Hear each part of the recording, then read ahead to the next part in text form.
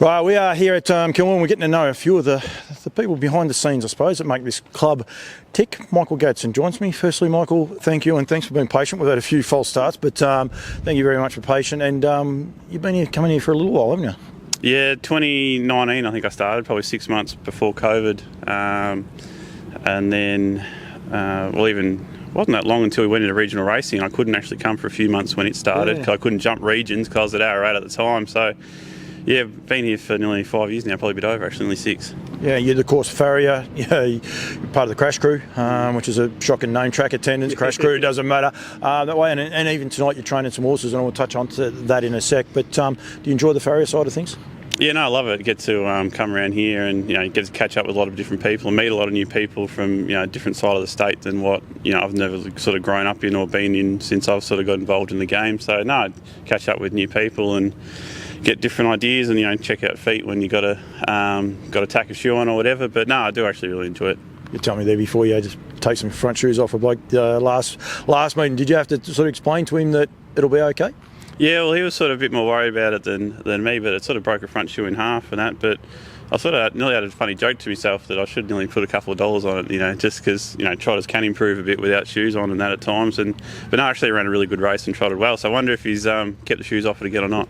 We won't ask the horse, but I might ask for you. Off here, crash crew is exactly what you guys are, but you are the barrier attendants. You're there, play a huge part in harness racing and trying to keep these races on time. We always get baked, if you like, for not being on Sky One. It's a pressure job. You've got the stewards, you've got the drivers, you probably have some trainers saying all the rest. Do you enjoy it? No, I do really enjoy it. Actually, it was sort of something when I was at Ararat.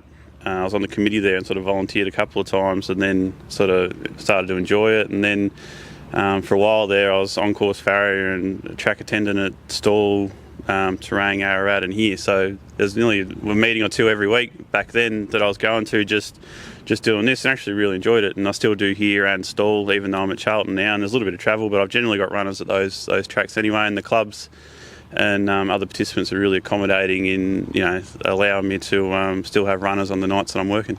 It's good for you mentally, I suppose, coming to a meeting, and seeing people, and you probably see them in a different light. Bigger races, I'm sure there's a bit more pressure on, just a nondescript meeting, and I don't mean that in a nasty way for people, but you see them in a much more relaxed manner, and you probably, again, you pick up some things behind the scenes too.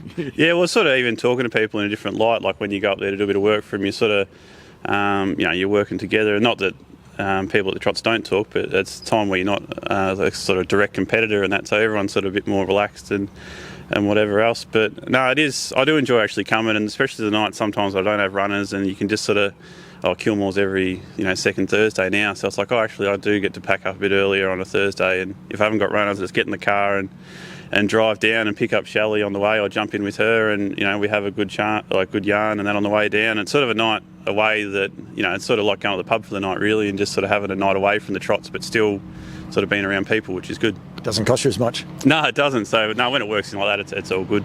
You said there before about Shelley. It's we've got the inaugural running of the Shelley Wicks Happy Birthday pace, with kindly donating a birthday cake that she doesn't know about it just yet. But a little bit of banter. Great group of people, and yourself and Shelley. Well, Shelley's been coming here longer than that. I'm not sure she's even before me, so she's been coming here for a long time with Carla Ennis. But she's a great character, to have a lot of fun with.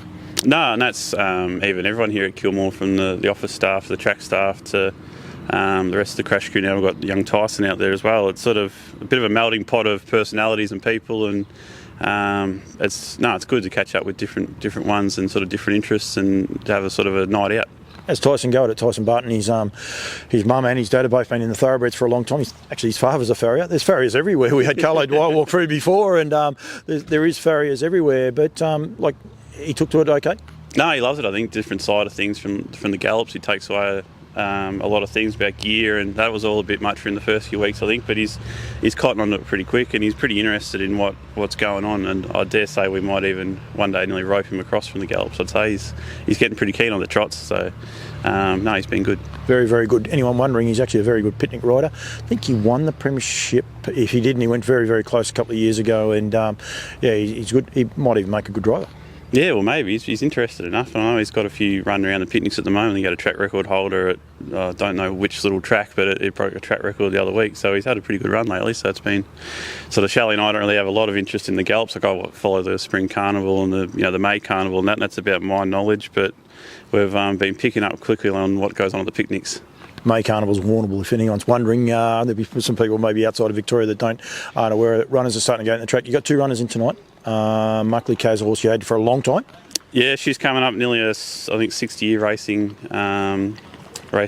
for us, and no, she's probably this might be her last year, I think. So we've booked her into Father Nuno at the moment with Wingate Farm. So probably the next few months we'll start winding her down, and it'll be strange because she's nearly been in the same yard at the stables there for that long, and she's had a couple of little hiatuses where we thought about retiring her, and she's come back, and she's just a horse that's never spelled well. And as soon as you hook the float up to come to race days, she starts sort of coming up to the gate and wanting to come in. So it'll be interesting to see how she takes to that different life. But no, I think she's won 15 races now, and I think 11 of them without the hobbles.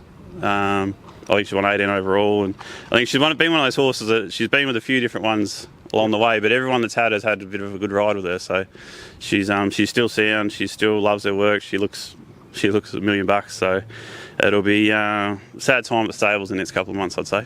The first starter? I can't remember the name. I know it starts with an O. Obsidian, first starter.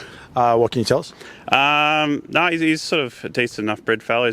He's by Village Jolt. Took him to the trials a fortnight ago. He trialled not too bad. Probably horse at home is just a little bit doughy, is probably the polite way of putting it. A little bit sort of slow on learning, but once he's had a go at things a few times, he sort of sparks up, and he showed not a bad little turn of foot at the trials the other day. So he's a horse that, on his ability, he shouldn't take too long to win his maiden, but he's just sort of got to put it together. So I think he's in the market a little bit tonight. He's drawn 4.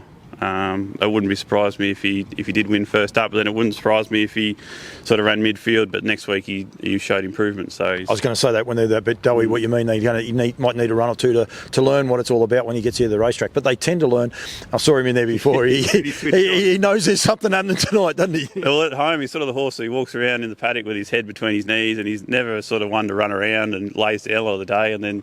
He's a fairly big horse, and his ears nearly touching the roof there before, so he's up and about tonight. And he was a bit like it at the trials the other day.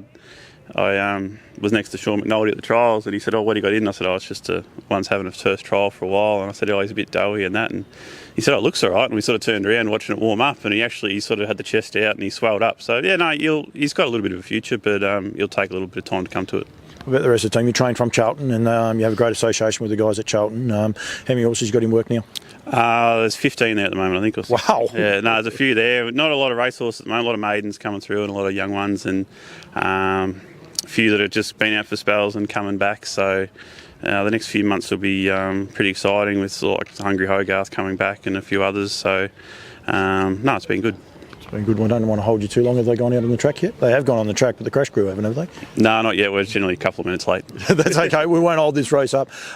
Kilmore, you've been coming here for a long time. The new shed, it's unbelievable, isn't it? The way they're starting to look after, they are looking after participants, trainers, got their own trainers room, drivers got their own drivers room. It's a cool place to come and work. And even though you guys are stuck out there when there is horrible weather, to be able to get into the shed, and you've got your own tea room as well, where you can get out of the weather and have a nice warm cup of tea. They are looking after participants here, aren't they? Oh, absolutely, and that's one thing they always have done here. And even the actual design of the stalls, they've actually taken into account the room that we need for the carts and for everything else, which a lot of those tracks that we share with the gallops, we don't really get a lot of a look in of what's the setup's like. So, no, they've done a magnificent job here. It'd probably nearly be best in the state, you'd have to think. I do think so too. Yeah, I think it's awesome, and the way they're able to parade it. Mick, thank you. We did have a couple of errors. It wasn't me not forgetting to push the button. We had a couple of other things going on. I do appreciate it. We changed the chats each time, so it was a little bit different. Good to see and find out a little bit more about the people behind. Anyone that rocks over to the barriers for the first time or something, at least they know your face as well. And make sure they won't see it. Unfortunately, we're all on the track. We've got to say happy birthday to Shell, but she's only 21, wouldn't she be? Yeah, I think so. It doesn't look a day over that. No, that'd be right. We'll both stay in the good books. Mickey, thank you very much, and well done for everything you do as well, mate. Thank you very much. No worries, thank you.